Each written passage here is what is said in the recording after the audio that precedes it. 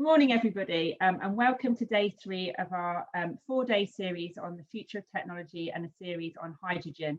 My name is Philippa Oldham. I'm Stakeholder Engagement Director at the Advanced Propulsion Centre. And day 3 is looking at how instrumental is infrastructure and the developments needed to give hydrogen the green light. We'll be looking at the current developments of hydrogen in use with some great examples coming from the technology side of it, as well as looking at the refueling infrastructure and the associated costs and applications, and looking across the various transport systems. I'm joined today by 4 fantastic speakers. We have a keynote by Simon Wrigley, who is manager at FEV Consulting. I also then have 3 panelists: Ashley Kells, who's Programme Director at Intelligent Energy, Amanda Lynn, who's the Managing Director at ULEMCo, and Chris Gear, who's the Project Director at the FlyZero programme within the ATI.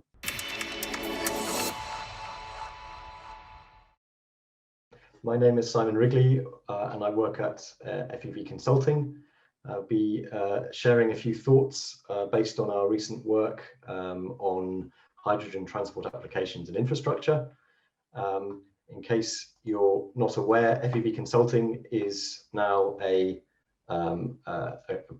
consulting group attached to the FEV group of engineering service providers. We have around 100 consultants around the world in roughly 40 offices, and we provide primarily business consulting services around topics such as market analysis, technology and cost analysis, market and product strategy, business opportunity assessment, and organizational aspects as well, all very closely linked with the expertise within the FEV group from a technical point of view. So we at the moment within FEV Consulting see really a very strongly growing business in hydrogen applications, both in terms of customer interest, where we see a very rapidly rising level of inquiries for projects in this area, but also in a number of relevant KPIs. Just a few ideas here to provoke some thoughts. We expect 4,000 hydrogen stations to be in operation in Europe by 2030, 6 megatons of clean hydrogen production globally by 2030, 11 times more energy in a gravimetric energy density than a battery electric vehicle, and expected 10 million fuel cell vehicles by 2040 within one of our future scenarios on the road globally, as well as in off-road applications. So really a very strong and exciting market. Of course, different customer groups within this area will have quite different purchase criteria for fuel cell, for any kind of hydrogen powertrain. Thinking about fuel cell customer groups, we can think about early adopters who are looking for new technology. Of course, they will be primarily motivated by the availability of the latest technology.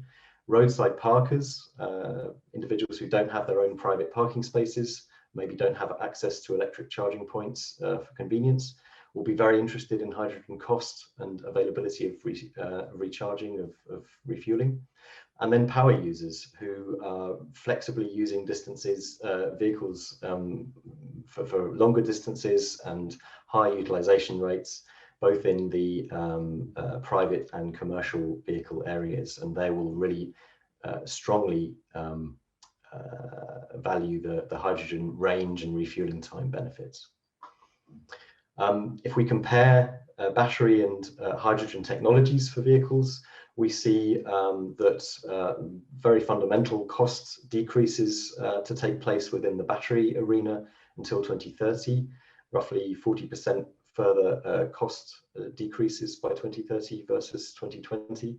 But for hydrogen technologies, the cost decreases will continue very strongly beyond 2030. So for example, fuel cell system costs, further 25% at least reduction until 2040 versus 2030, and in the tank systems also very significant reductions to 2040. The cost drivers for fuel cell vehicles are quite different versus battery electric vehicles, of course, much more influenced by the the performance level, where the fuel cell is the primary cost driver versus the battery in a battery electric vehicle. So we see that for vehicles of a longer driving range, hydrogen propulsion systems tend to be more attractive than for batteries, whereas the vice versa is also true.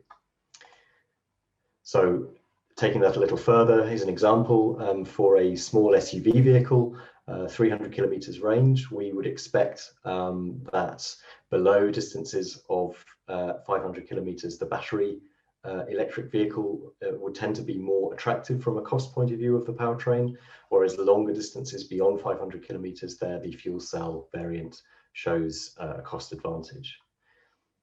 But then we throw another factor into the mix of charging or refueling time, and here we see a decisive advantage for the fuel cell vehicle versus even the faster charging options available, where this may, of course, tip customers towards fuel cells even at relatively lower driving ranges. So this is, of course, another factor that gets thrown into the mix depending on the customer priorities. When we come to commercial vehicles, the priorities for customers, of course, tend to be rather different. On the one hand, shown on the right here, the sort of utility factors, such as payload, interoperability with other systems, availability of infrastructure, as well as the local access restrictions that may cause one system or another to be more attractive for a zero emission truck, for example, as well as the green image. This is a very complex, multidimensional set of criteria. On the other hand, on the financial criteria side, really the main metric here that operators will look to is the total cost of ownership, and to what extent can a hydrogen-powered zero-emission truck compare with either a battery electric powered truck or indeed the incumbent technologies such as diesel or natural gas. So when it comes to total cost of ownership calculation, we frequently carry out analyses of total cost of ownership for comparable vehicle types to enable our customers to get insights into which powertrain types may be most attractive or suitable for specific applications. And here we see quite different results depending on the use case of the vehicle. In this case, we have a 40-ton long-haul truck, and in a baseline scenario for roughly 2030, we see that basically the results show that on as you can see on the right hand side, the battery electric vehicle is extremely expensive in terms of purchase price versus diesel costs, but also that the operating costs of generally of the fuel cell and hydrogen ICE vehicles are comparable. However, under a more optimistic scenario where we look at hydrogen price below €5 per kilogram, suddenly, of course, all vehicles are looking more attractive, but particularly the hydrogen powered vehicles, whether it's the fuel cell or the hydrogen ICE, start to look really quite attractive with payback periods of below 3 years, despite an increased purchase price versus the diesel. You're still going to get a payback within 3 years and continued annual savings beyond that. So, of course, then the other factor that is particularly critical there is how is the refueling infrastructure going to be managed, and how can the supply chain provide the green hydrogen that we really need in the longer term? Where can the hydrogen be produced? How to transport it to the point of use, to the fuel pump, and what will the cost be of the different hydrogen production and supply chains that may be involved there. So to help try to answer some of these questions, we've performed some analyses of different scenarios regarding production and supply. And according to our calculations, we see that quite different results depending on the location of the production of the hydrogen. If looking at green hydrogen production, so electrolysis based on renewable sources of electricity, For the first case here, we can see in Germany a primarily wind power driven production facility. With the local conditions in Germany ends up being really rather expensive at €3 per kilogram of hydrogen produced net. In a Spanish production scenario where we have a mix of wind and photovoltaic power, we get a much more attractive production cost of only €1.8. And then in a North African production location with larger scale still, indeed a further cost reduction to €1.5. Of course, the production itself is only one part of that. The other part, very importantly, is the aspects of how do we transport the hydrogen to the point of use. So here we've looked at a number of supply chain routes. For the German case, at the top on the right, we have a pipeline from, say, a North Sea wind production location to a central German location. And here, with the pipeline and the compression costs and dispensing costs for 700 bar hydrogen at the pump, we see roughly €4.5 per kilogram of hydrogen dispensed. This is net without taxes. For the Spanish production case, we can envisage two supply chains, one involving the shipping of liquid hydrogen via sea and then via road to a dispensing location, and a second case where we take a pipeline across Europe for compressed hydrogen to the dispensing location. And here we see a considerable cost advantage for the liquid hydrogen route, especially if it is dispensed as a liquid in the case of say commercial vehicles using liquid hydrogen on board. This largely being due to the extreme, the very significant costs of the compression in the whole process. In the North African case, still further cost advantages, partly through the lower electricity costs, but also indeed due to the advantages of shipping via sea, which is really quite an effective way to ship the hydrogen to the point of use. And here we could envisage costs even as low as €2.7 per kilogram of hydrogen. So under these circumstances, one could envisage, at least on a net basis, hydrogen being below that €5 per kilo price that I mentioned. But of course, this depends very strongly on the level of taxation. And here we are somewhat reliant on governments to set taxation rates to ensure that the hydrogen that is available allows an attractive business case for the users. So one final point I'd just like to make before we finish. We see a range of other factors as also important enablers for the uptake of hydrogen within the transport arena. One is on the left-hand side, the concept of mobile refueling stations, which can be rolled out relatively easily and quickly to diverse locations to provide hydrogen to users in locations where there is not yet a fixed and well-established refueling infrastructure, especially as an early stage where uptake is relatively low and utilization for a full-scale refueling station would not yet be financially attractive. Another aspect that we see as very interesting and a possible future development is the rollout of what we call hydrogen microgrids, where we have a fairly self-contained energy system.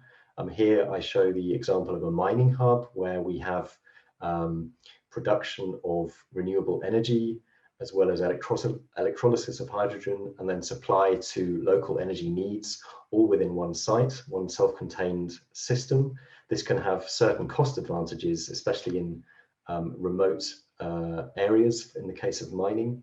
We also see similar opportunities for logistics hubs, as well as potentially the use in municipal transport environments where we have locally generated electricity and local electrolysis of hydrogen, allowing a local ecosystem to establish itself before necessarily a nationwide hydrogen distribution infrastructure is available. So quite a few potentials to encourage growth there, and we certainly look forward to seeing how things develop over the next 10 years and beyond. So thank you very much. Thanks, Simon. I've got a couple of questions. Firstly, you talk about the diesel versus hydrogen and this getting to €5 a kilogram per kilogram. When do you predict that might happen, or is there a time frame that we're looking at when that might happen?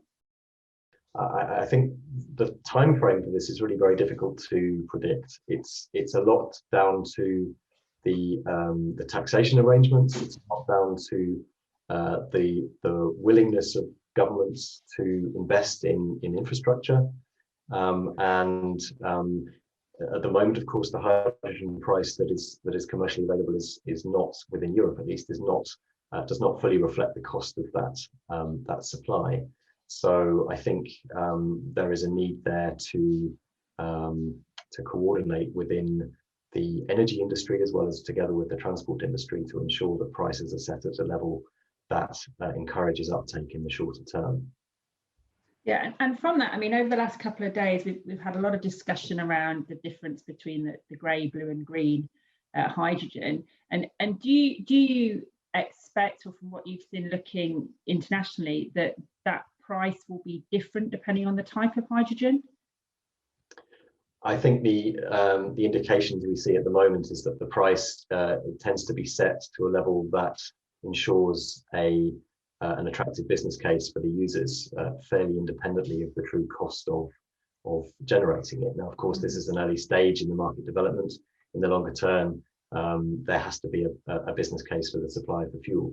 But at this stage, where everybody is trying to encourage uptake of the technology to get the market running, I think the price will tend to be set at a level that's independent of the source. And then finally, just to come back on that sort of that financial criteria versus that sort of usability and the utility. I mean, are you seeing? I mean, we've discussed again over the last few days. There's a lot of hydrogen strategy internationally. Are you seeing those investments sort of going hand in hand, or are you seeing people sort of significantly picking up either maybe, I don't know, investment in infrastructure, or actually more the financial criteria, or do they have to go hand in hand together, or how are you seeing it play out? Do you mean regarding the infrastructure? Or yeah, well, the infrastructure, but also the investment, I suppose, in the technology as well. Yeah, I mean, of course, we have the problem. It's a sort of chicken and egg problem where the transport industry requires the infrastructure, but the energy companies are unwilling to invest in that until there's a clear demand from the transport industry. So I think this is one of the things that's really holding the development of the whole system back. But yeah, we're certainly seeing a lot of investment in hydrogen from the commercial vehicle sector. The main manufacturers of commercial vehicles are very strongly expecting to move into hydrogen for a significant proportion of their sales fleet by 2030, as indeed they are forced to by the current European commercial vehicle CO2 regulation. And this is one of the few ways in which it is likely to be possible to meet those targets. So we see very strong investment in the commercial vehicle OEMs and supply chain to move in that direction.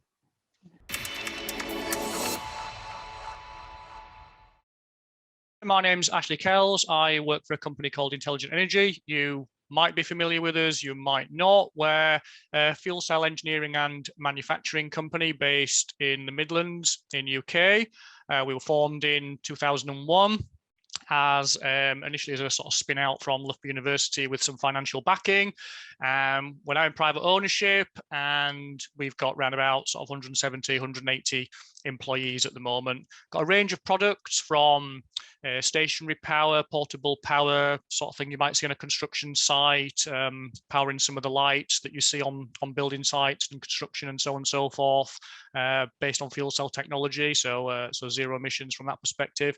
We also develop and manufacture and sell power units for UAVs, drones, for inspection and so on and so forth. And we also have higher power fuel cell technology for automotive, aerospace in particular, and I'll sort of focus more on that area today, just to follow on from Simon and fit with the theme a little bit. So in terms of a fuel cell, I'll kind of go right back to basics. I'm not an electrochemist, so I won't go into that level of detail, but just going back to it. So a fuel cell is a electrochemical device that converts the energy that's carried in hydrogen into electricity and water, and there is a byproduct of heat with that. The fuel cell itself is made up of individual cells, as you might imagine.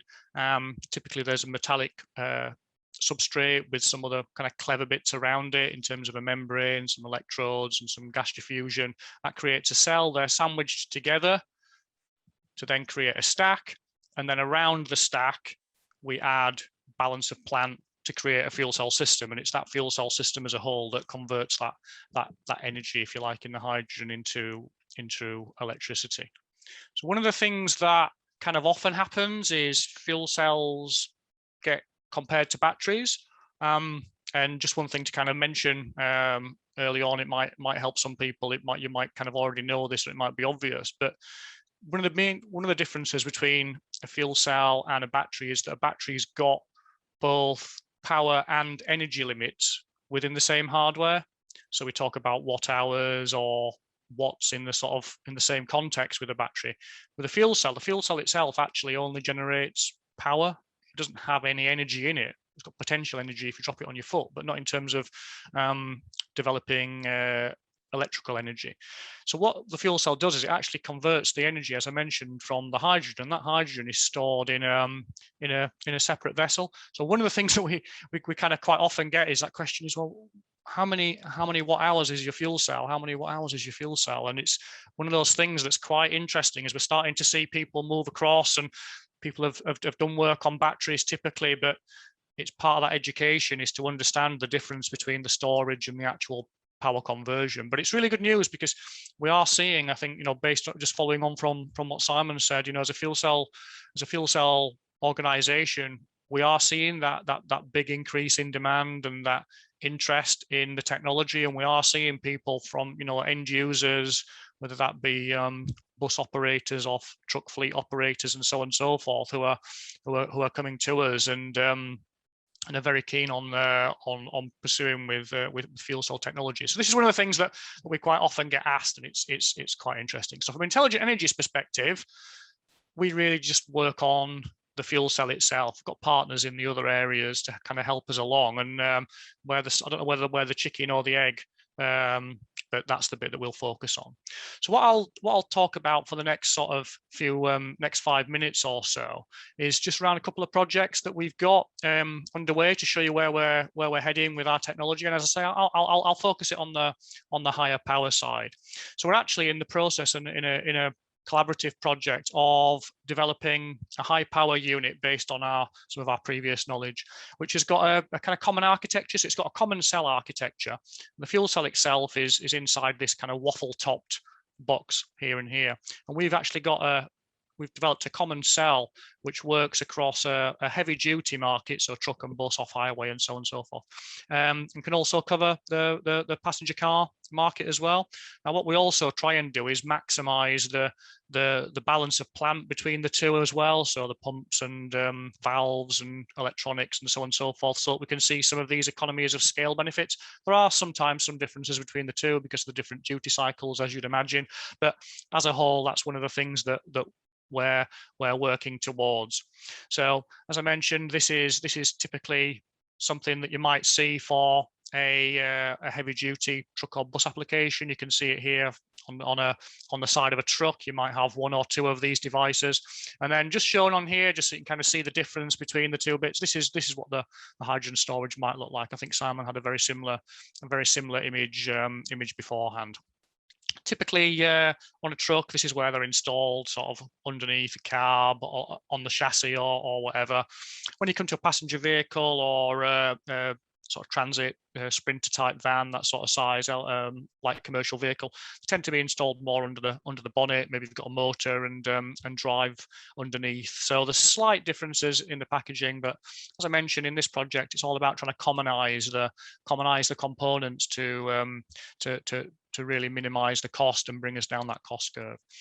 One of the big areas, though, that we're focusing on is about improving the supply chain, UK supply chain, to enable us to scale these, and also to develop Intelligent Energy as a company to be a tier 1 supplier.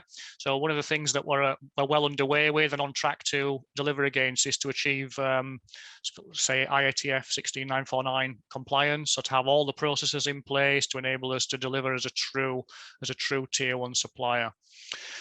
Another area, so that's kind of our automotive side, if you like, but as a bit of a segue and a bit of a kind of link through into Chris's presentation that we'll hear in a few minutes, we're actually also working on aerospace, and we're seeing again real massive demand from the aircraft industry for all sorts of things, for kind of APUs through to propulsion, and we're involved in a UK project. This is actually funded via Innovate UK and the ATI, which is the aerospace equivalent of the APC, with GKN Aerospace as a lead partner. What we're looking to do is develop a zero emission hydrogen fuel cell propulsion system for aircraft. As I mentioned, it could be used also for an APU and also for sort of sub-regional flights and so on and so forth. So a real big area there, and as you can kind of see on the image that's on the screen, we could see entry into service from as early as 2026 on this one, and you'll kind of hear a lot more. There's a lot of activity in this area. I think from IE's perspective, we first started working in the aero market when I first started at IE, really back in sort of early 2000s, and we were involved in the first manned aircraft flight with Boeing, which I think was in 2006, 2007 type area. So we're building on that heritage, and as I say, there's really a lot of impetus behind this at the moment, which is making it really exciting. And again, the sort of common theme with this, it's about trying to make it UK. You can see there 100% system. UK system content. It's all about building that capability in UK, and like I say, Chris will follow up with a bit more about how that's happening from his side as well. So one thing with this is it does use the auto as a kind of common foundation and then builds from there. So we look at the requirements for aero and again try and commonize some of the components. And one of the benefits of this is that typically for things that fly, they need to be light and smaller as well. So some of that economy of scale and some of that development could feed back and enable us to actually increase the market potential for fuel cells down to smaller vehicles. And again, as Simon mentioned, there are certain use cases where that becomes really quite attractive. So the two are kind of quite interlocked, and that's how we look at them both in that series. So just to kind of finish off, really, it's been a kind of whistle-stop tour, I think, in terms of IE's products and kind of what we do and so on and so forth. But again, just following on from Simon and from what we're seeing as an organization, we're seeing a huge potential for fuel cells on the higher power side and also on our lower power side. And one thing that we want to do at Intelligent Energy is to develop a factory that we can manufacture at scale, so a fuel cell gigafactory. So it's really quite an exciting time for us as we're looking at options for this, and hopefully it's something that we will be able to achieve and we'll sort of see in the not too distant future, and we'll be able to supply that demand that we talked about. So I think kind of my sum up just to finish is, you know, whether we're the chicken or the egg, I'm not sure, but certainly from Intelligent Energy's perspective, developing fuel cell product as consumers for hydrogen, we're ready to push the button. And as I say, we really want to build this factory and manufacture fuel cells at scale.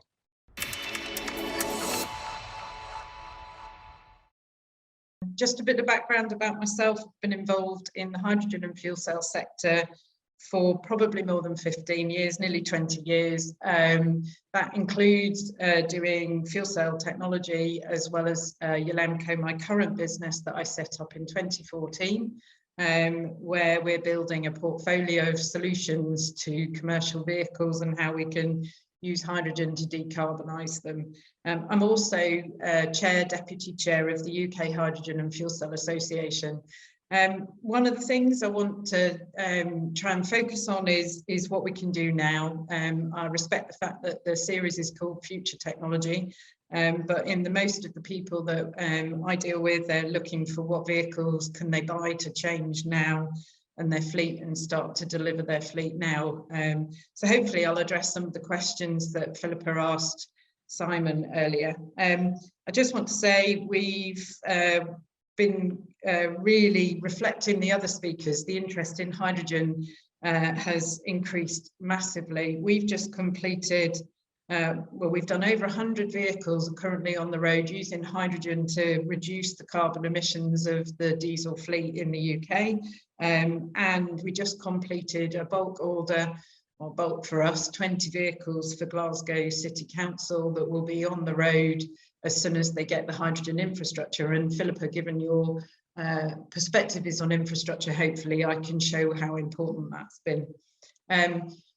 Here's the answer to the question in terms of what might happen and what we can do practically now to take all the big picture modelling stuff that talks about 2040 and actually reflect on how we can do something within our overall requirement to reduce carbon emission. Let's not forget that we have probably at current emission rates less than eight years on current carbon budgets to keep global warming below 1.5 years. 8 years is half of the lifetime of an HGV asset on the road, albeit, you know, we're talking macro level figures. And therefore, I kind of make us realise that 2040 net zero by 2050, those kind of targets isn't what we should be doing. We should be finding ways to reduce carbon emissions now. And that way, you know, the carbon budget that we're working to already allows us to see the back of the glaciers in Canada and more than half of the coral reef in Australia. And I don't want to see that happen, and neither should most of the rest of us do that. So green hydrogen, actually, for most of us involved in it, describes for us a no-brainer. If you can use in current renewable energy grids any of the electricity that's curtailed, that's grid stranded, or for that matter, help provide a better business case for the investors in putting more renewables into the grid, then one imagines we should be doing it. And that's what's reflected here. The industry in the investors for green hydrogen have said within the next few years, like by 2025, we have an ambition to have 5 gigawatts of hydrogen that could be deployed in all the no-brainer scenarios that would make sense. And actually going forward, that would facilitate getting to the 80 gigawatts that the Climate Change Committee says we ought to be trying to achieve for the total energy system. So what does that really mean in the here and now? Well, 5 gigawatts of renewable, green, stranded, no-brainer hydrogen would represent about 400,000 tonnes of zero carbon transport fuel. This is not debate, it has no carbon in it, it will have had no carbon in it, there's not even any side uses. Yes, if you could use that electricity in a vehicle straight away connected to the grid, then obviously that would be a very efficient thing, but all the previous speakers have confirmed we know we can't do that. As an example, for the 500,000 HGVs that we have running in the UK in our car park at the moment. The other part of the story is how do we make that at less than £5 a kilo, €5, what a colleague at FEV explained. Well, what you do is you consolidate demand around a local facility that can divide the compressor infrastructure costs to make sense. And ultimately, all the modelling says that's anywhere actually between 250 kilos a day and 500 kilos a day, which is sufficient for round trip supplies. So back to base locations for vehicles that will conveniently do daily ranges coming back to a location. And those are the vehicles that people like construction operators, construction vehicles, regional logistics, utility vehicles within the public sector, and the buses. And those are the kind of examples that would be practical now within the next 5 years to use this lovely, good, low carbon hydrogen that would be benefiting the overall energy system. Just a little bit about us. So as I said, we're building a portfolio of hydrogen solutions that can go on commercial vehicles, but I put this up to try and illustrate the here and now and the future. We have a technology, hydrogen dual fuel, where we can display significant volumes of hydrogen now. It doesn't require asset replacement programs for the vehicle owners. It doesn't require them to change their operation. It actually also can provide better air quality emissions, and it costs a significantly small proportion in comparison to the price of the new vehicle. That's not to say in the future, the kind of developments that colleagues from IE are talking about, that we wouldn't want to have fuel cell technology to do the job at some stage in the future. But I would put it into context. The bus programme that has made fuel cells available commercially and fantastic opportunities with Wrightbus and the others in the UK has been as part of a programme to develop the technology probably for the last 15 years, certainly 7 to 10 years. So if we want scaled opportunities for fuel cell technology, it isn't going to happen in that window of time for the availability of using that lovely green hydrogen that's good for the planet. Just to confirm the importance of infrastructure in that story, we completed a trial of dual fuel vehicles, and our point was to demonstrate the range and breadth of vehicles that we could put the technology on and still deliver significant emission reduction. So our contribution in the low emission freight trial had 11 or 12 different vehicles, different manufacturers, different types of vehicles. Across the board, they all showed if you use green hydrogen, you can deliver a significant proportion of or reduce emissions by displacing a significant proportion of the diesel on those vehicles. Importantly, in a day-to-day operation, the biggest reason why those vehicles did not operate on hydrogen over the annual basis was the lack of reliability of the infrastructure. And you know, the biggest reason you can solve that problem is to have them being used regularly in a location, funnily enough, in a back-to-base fleet with using lots of vehicles, using the compressors and keeping them running. So finally, just to kind of set that into context, what does it really mean if we look at some of the options or the forward forecasts of what might happen to 2050 in decarbonising our fleets? And the numbers behind this have been based on things like Zemo's published renewable energy alternative fuels, scenarios for electrification. And if you look for the next 10 years, no matter what we choose to do, rightly bringing on really good technologies that will be part of the future, we want to stop emitting CO2. We should embrace the idea that if we use biogas, that helps us to address things like the 44-ton vehicle market. It's a much better, better thing to do than to have those as diesel from a CO2 perspective. But there still remains a whole fleet of other types of vehicles that will be diesel and will be bought new as diesel. And even if we set a target that says we will ban anything other than alternative fuels by 2035, we'll still be on the fleet for the next 30 or 40 years time.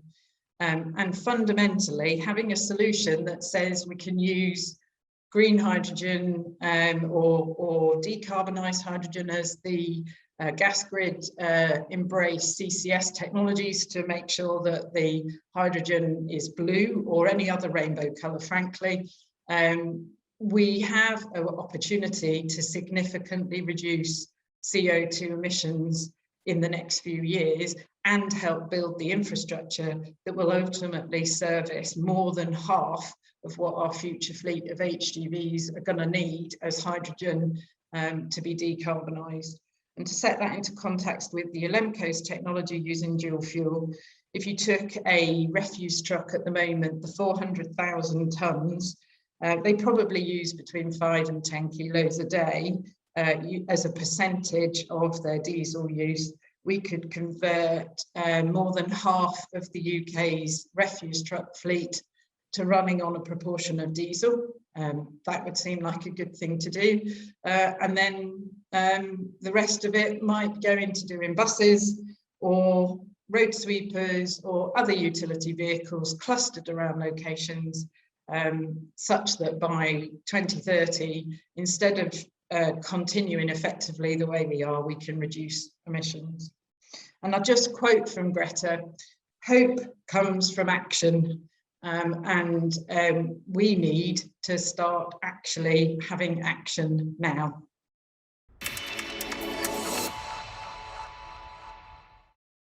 My name is Chris Gear. I'm the project director on FlyZero, and I'm just going to talk to you about what FlyZero is doing and why it's here.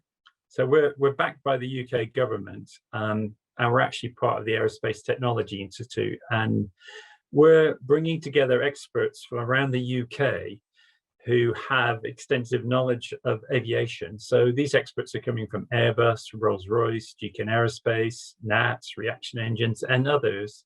And we're running a 12-month research program. So why are we doing this? Well, it's really around the carbon challenge for aviation. And it is a massive challenge for aviation. It's probably our single biggest challenge in the sector, opposed to the issue once we recover from COVID-19. So, you know, globally, CO2 emissions from aviation are approximately 885 million tons, and that was in 2018, which is about 2% of global emissions. And last year, a report that accumulated all the emissions from aviation worked out we were around 3.5% of the warming impact caused by humans to the whole globe. So FlyZero is here to protect the globe and actually work out what it is we need to do to improve our environment in aviation.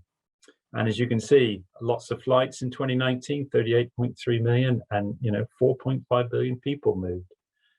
Those are big numbers, clearly not happened this year, but probably will recover by 2024, those sort of numbers. But if you just took a single day and take Heathrow, for example, Heathrow would have used 22 million litres of kerosene every day in 2019. So that's a large volume of CO2 being emitted in the atmosphere.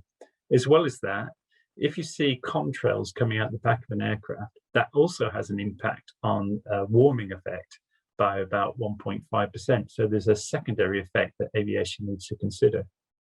But the point of FlyZero is, how do we get to zero emissions?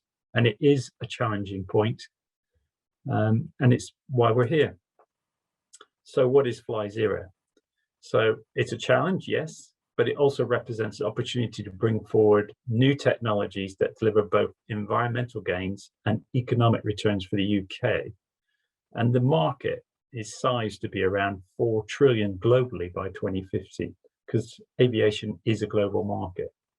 And our vision is really to realize the zero carbon emission commercial flight by the end of the decade, which is a big challenge. I have a team now of 86 people, and we are assessing not only the technology challenges we face, but also the sustainability issues and the UK industrial capability and the market and economic aspects. So we're looking across a very broad spectrum of issues. And just to give you a feel for the sort of areas we're looking at, we're focused on aircraft that sit between the 500 and 1500 nautical mile range. And that could be a sub-regional 20-passenger aircraft to a 50-passenger aircraft to a 200-passenger aircraft. And we're doing this because this is where we think the main opportunities lie to bring in technologies and different energy sources that will impact CO2 emissions. At the higher levels, there's a big investment in those aircraft already. And really the value there is to switch those aircraft over to some sort of sustainable aviation fuel. But overall, that won't give you zero carbon emissions for the higher level aircraft. But that's probably the best scenario economically as those aircraft are worked and developed to meet CARI 2050 goals. On the range that we're going to look at, we're doing market studies, and we're going to create roadmaps of not only the technology needed to implement changes on these aircraft, but also the UK industrial landscape, the commercial roadmaps, and the energy system roadmaps, which hydrogen is obviously a key one of those. We will look at the aviation regulations, but we also look at gaps and strengths. So, as I said to you before, we are on a 12-month journey. We're in month 4 at the moment. So all our work is really at the initial phase. We have not defined or decided what are the right solutions, but being in the ATI organization, we're allowed to look independently at all solutions. So that's exactly what we're doing. So we're looking at hydrogen, we're looking at battery, we're looking at fuel cells, we're looking at hybrids, we're looking at burning the hydrogen in gas turbine engines, but we're also looking at using fuel cells and electrolysis and running electric motors. We've even considered ammonia. So we are looking across a wide range of skills or energy sources. If we just take hydrogen on its own, it has benefits for aviation, and it also has some issues for aviation to deal with. So hydrogen is one of the potential fuels for zero carbon emission aviation. It's got no CO2 emissions, which is great. However, it will reduce the NOx, but it will not eliminate NOx out of gas turbine engines. So those are not necessarily going to be zero. It will also produce water in the emission, which will create contrails. And this is something that needs to be dealt with because obviously those are a challenge and they can, in their own right, create carbon dioxide problems and heating of the atmosphere. In terms of fuel system volumes, well, the liquid requires around 4 times more volume versus the kerosene that we know today. And the kerosene today is normally carried in the wing. So clearly, we're going to have to create other areas within the airframe to carry those larger volumes. And this is going to reduce the economics of aircraft flight. The other area is if we go to gas, but this requires 8 times the volume. There are also issues around the pressurization and temperature consideration due to boil off. So there are lots of challenges with either of these fuels. And I'm just specifically talking about the vehicle at the moment before we even get to the infrastructure needed to supply that fuel to the vehicle. If we talk about mass, the liquid's about 3 times lighter than kerosene. So that's a good positive point. But the gas side of it, although it's lighter, it has an issue where we need to build in quite substantial tanks that are pressurized to carry the gas, which are going to be heavier. So it has a negative impact on the overall aircraft weight. And then finally, we get down to the infrastructure capability and investment. Both are going to require a tremendous investment at the airports, which today do not have any facilities for hydrogen. And the volumes we're talking about will really drive some massive equipment needed to be installed locally to airports to actually sustain the volume of flights we see on a typical day out of Heathrow. So the investment is going to be large and it's going to take a lot of time to develop that in the markets that we deal in today in the airport. So from an infrastructure point of view, the challenge is now, and it's going to be how do we actually introduce hydrogen into areas which are today fully kerosene operating. So this is going to be a big challenge for the airports and the aviation world to actually look at. So, and then if I go to my final slide, what is FlyZero about? It's about pushing these limits. It's about developing that next generation aircraft concepts using hydrogen and other zero carbon fuels. And as I said, it's something that we're still working on. I think it was described as a moonshot mission, so we'll be pushing the limits, and I've told my team that we want to actually find where the boundaries are with all of these fuels so they can clearly see what is the best option for aviation. We'll be considering, again, what hybrid operations and combinations are there, if any, so we can achieve the balance between performance and trade-offs against weight and cost and economics for the aircraft. We're going to need specialist support as this project evolves. We'll be posing specific questions to organizations with expertise, and we'll need their input to make sure that we take account of that when we come up with our final answers in terms of how this will affect the aircraft and the infrastructure. Academia, we're going to be putting research questions to academia to tap into the world's leading knowledge and research capabilities we have here in the UK. And beyond FlyZero, I can't yet say hydrogen is or is not the answer, but I can say this is a major opportunity for UK engineering. FlyZero will help the UK stand at the forefront of sustainable aviation in design, manufacture, technology, and also, very importantly, in the skills needed to allow the UK to perform in this market area. And finally, just to say, we are, as FlyZero, going to be holding a webinar on the 5th of May, which you're more than welcome to join.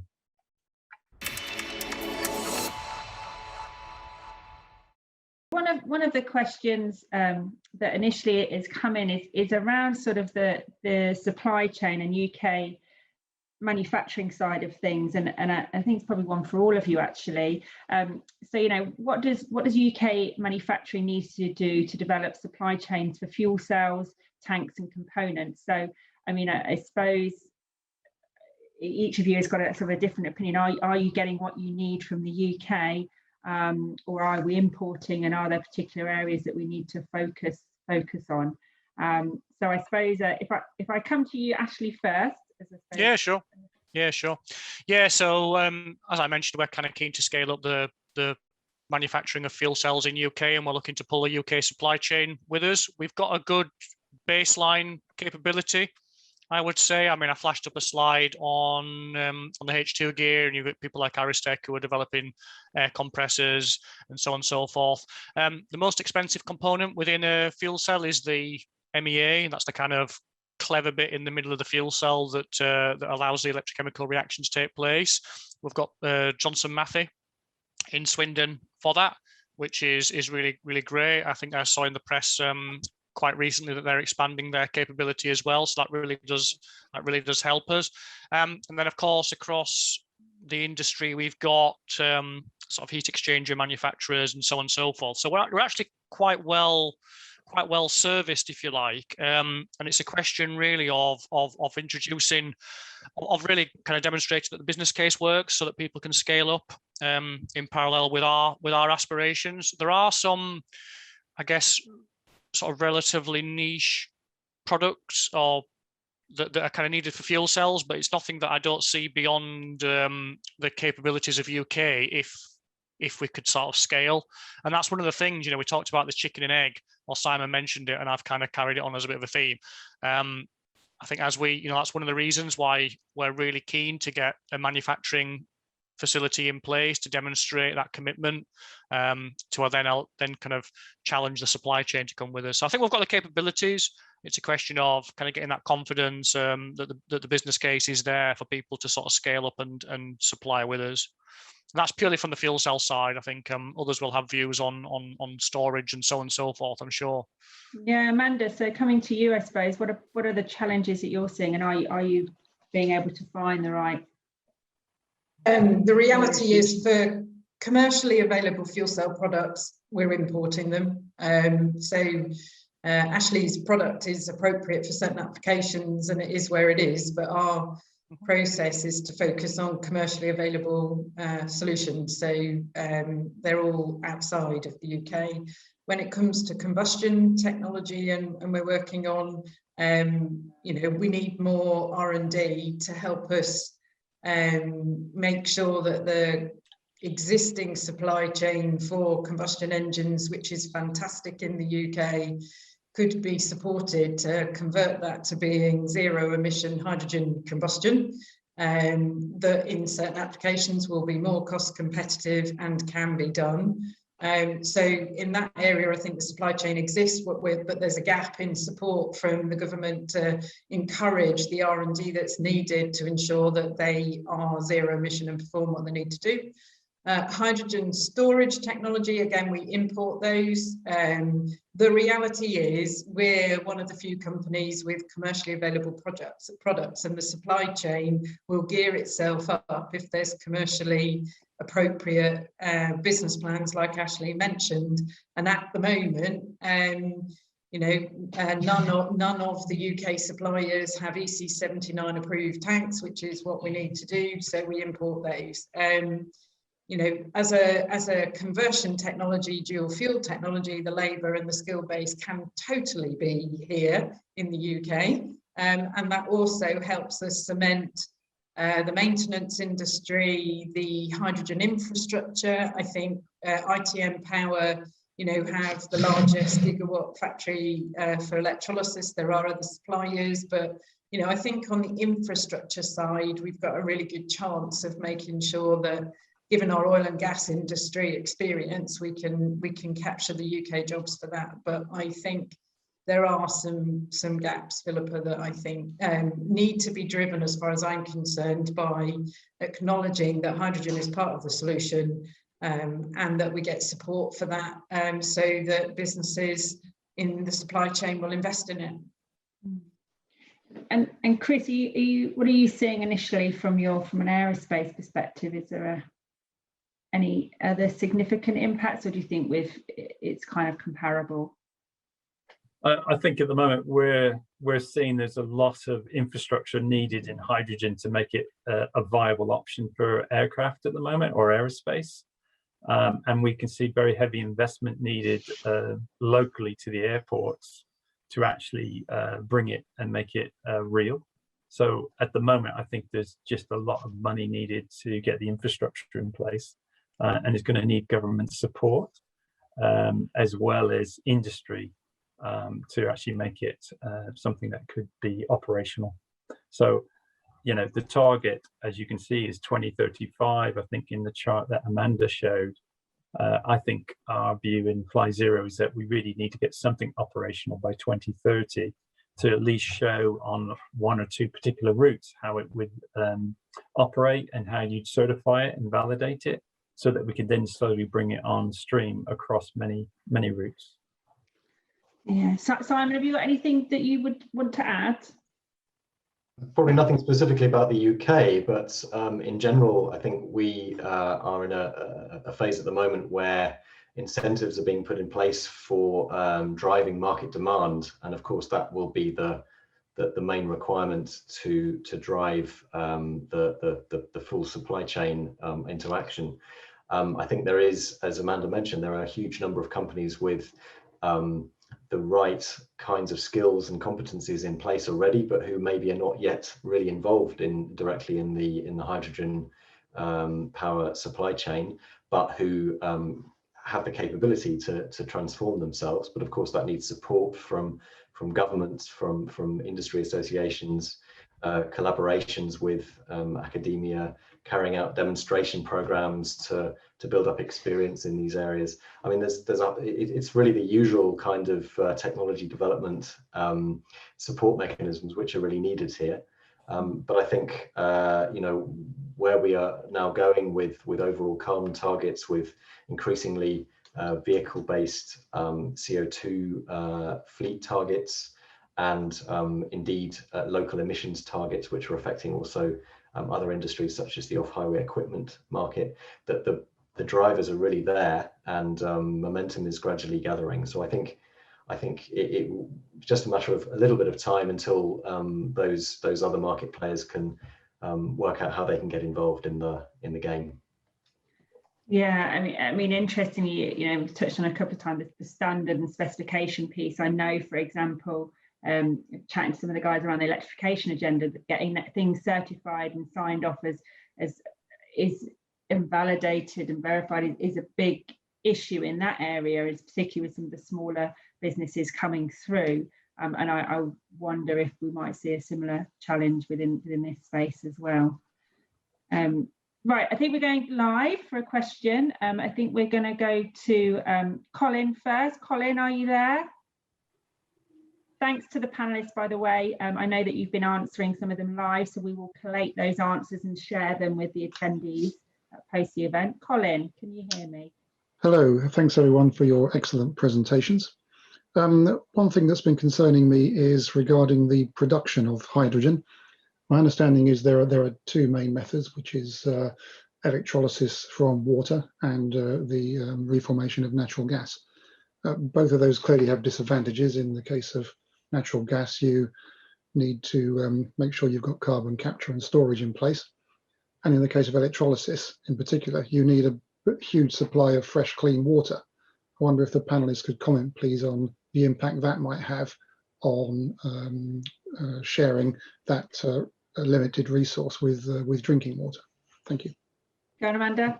Yeah, and we got asked that question when the UK HFCA made the push on the green hydrogen. When you do the modelling of the net use of water, it has very little impact on the overall requirement for water in general. So we have modelled it, people doing the work on looking at what the impact on water use is, confirmed both from exhaust emission and from use in production. It doesn't have a macro impact. I'd also say I'm personally really not a supporter of the rainbow colour argument between different forms of hydrogen. For the last 15 to 20 years, one of the real positive benefits that we've argued for the hydrogen economy is its flexibility. The reality is, if we can have pipework infrastructure and refuelling infrastructure, there will be a market for hydrogen, and it will be made from a variety of different routes. And all we ask government to do is make sure that the measures of decarbonisation and therefore the impact on the environment and the CO2 impact is addressed, because otherwise we wouldn't be doing it. Next, let's go to Mark. No, thank you everyone for the presentation. Super interesting. I know that they've been sort of more focused on the UK so far, and I was keen to get a perspective on the situation in Europe, particularly if any of the presenters had any thoughts on the EU hydrogen strategy and what are the sort of strengths and limitations or weaknesses it would have to overcome in building the necessary infrastructure for hydrogen. So from my perspective, I seen the hydrogen EU plans, and I would say the UK needs to accelerate in some areas to keep up with the EU. And therefore, you know, one of my activities is to look at the gaps in the infrastructure and in the systems that we need in place to bring hydrogen on board. So it would probably say to me that the key the UK must do is accelerate what it's doing on hydrogen. And in some areas, I suspect we might have better technology than the EU, and it's how we collaborate across those bandwidths, which is really important to me. Even though FlyZero is being done in the UK, at the end of the day, we'll want to make it a global insertion back into aviation. Thank you. Simon, have you got anything you want to add? Not very much specifically, but I think the point Chris made about collaboration is, I think, a critical one. You know, we can look at this on a national level, but really it's a regional or global issue that needs to be addressed. I think when organizations like the European Commission publish a strategy like this, it sets the framework for international collaborations, which are going to be really critical. We're seeing lots of interest around the world in establishing hydrogen infrastructure. Not everyone is yet as far advanced as the EU is in creating an overall strategy to provide the framework for that development. And so I think, yeah, it's got its strengths and weaknesses, but I think has to be applauded for the fact that it exists at all.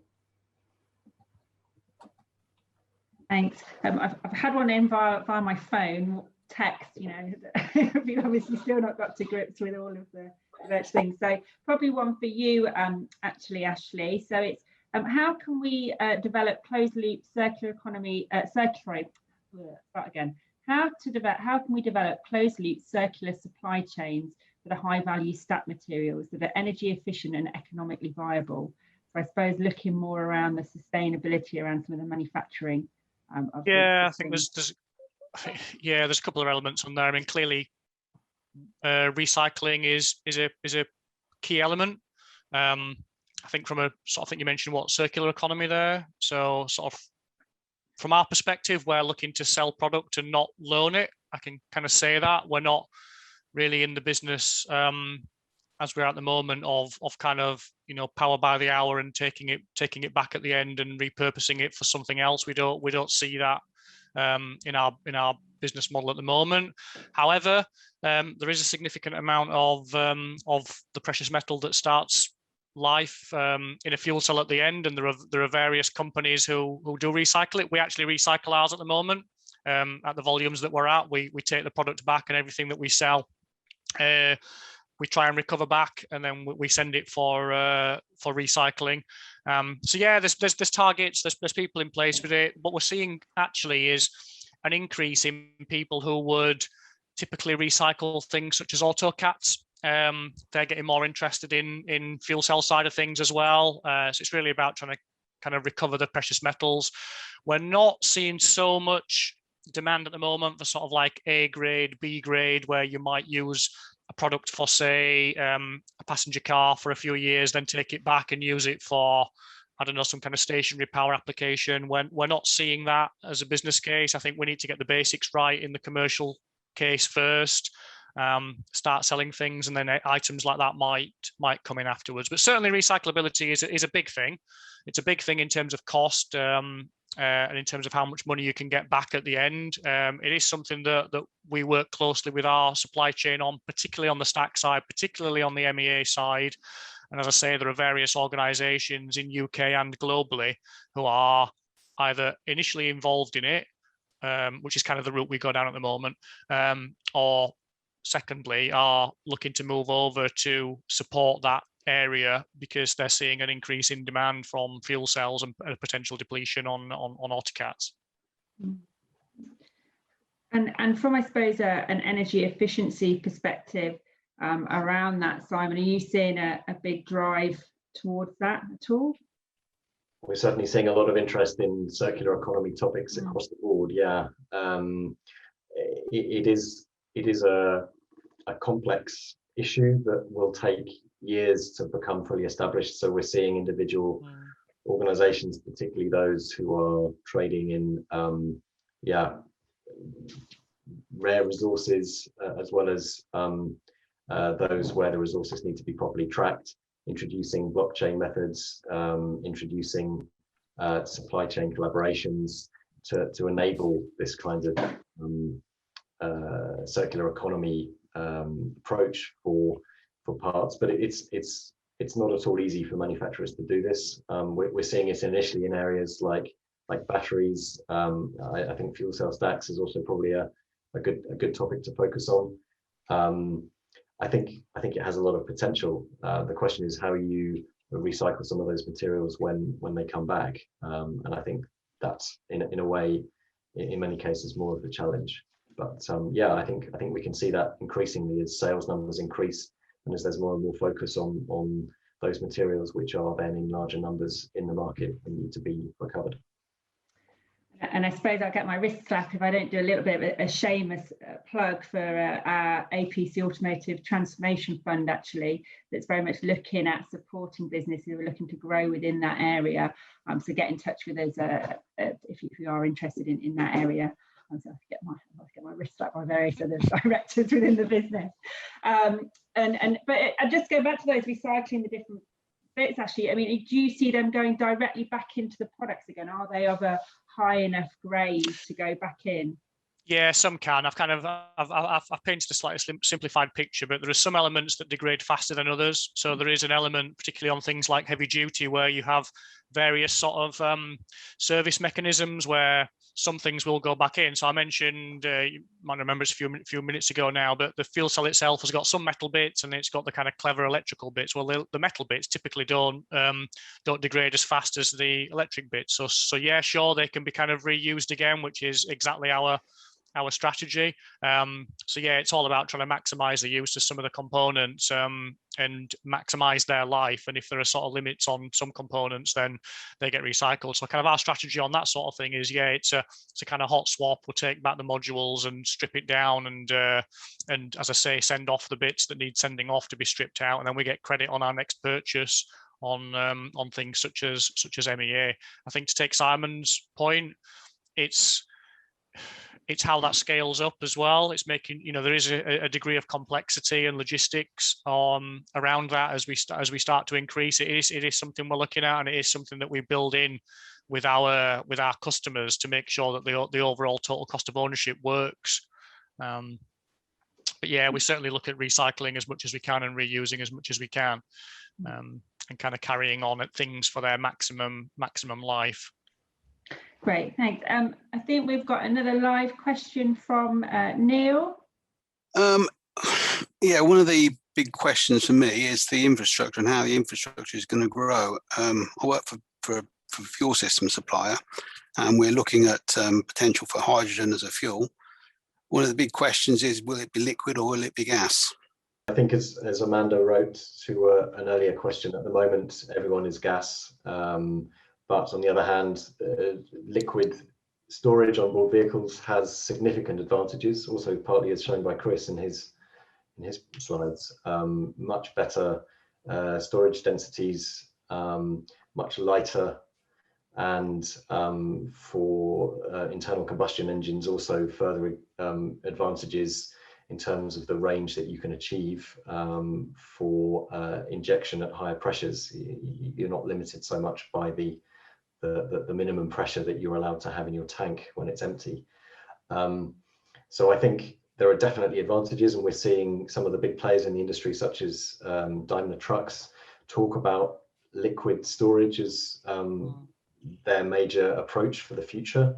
And indeed, in a heavy-duty long-haul truck case, it's difficult to see hydrogen really competing head-to-head with diesel or even natural gas in terms of range, unless there is significantly higher storage densities than we have at the moment. So yeah, big advantages for liquid. And on the other side, as I showed in the supply chain, there are potentially some cost benefits for that as well. On the other hand, big disadvantages, big challenges in terms of handling, in terms of the technologies you need to ensure that liquid hydrogen stays liquid, doesn't all boil off. And I mean, these are challenges that can be met, but they are still challenges, and the solutions are not yet fully defined. So I think that it's probably a question of, in the shorter term, definitely gas. In the longer term, maybe also liquid, and maybe even preferentially liquid in the longer term. Transporting by liquid is just so much more effective. Yeah, I agree. Thank you.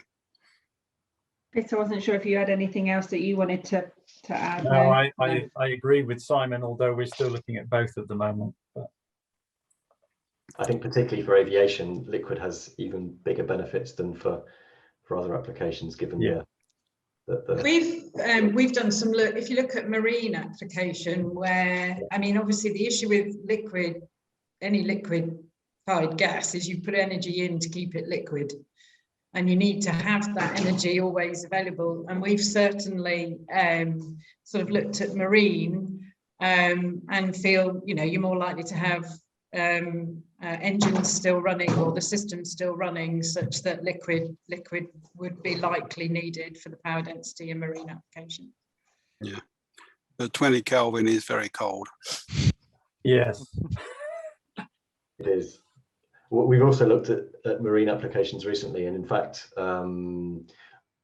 if you can overcome some of the structural challenges regarding those cold temperatures, if you have a relatively large vessel, in fact, the boil-off rate is not particularly large. as long as you have storage tanks that are, big enough that you have a relatively attractive surface area to volume ratio, that the boil-off problem isn't quite as big as you might think. But certainly it's really only in those larger vessels where it starts really becoming attractive. Great, thanks everyone. Thanks for your question, Neil. Thank you. So thanks everybody. So thanks again to my speakers today, Simon, Amanda, Chris and Ashley. It's been a great session. I've really enjoyed it today. Thanks for answering some of the questions posed in previous sessions as well, and adding a little bit more granularity and detail. So it's always nice when I feel a series works.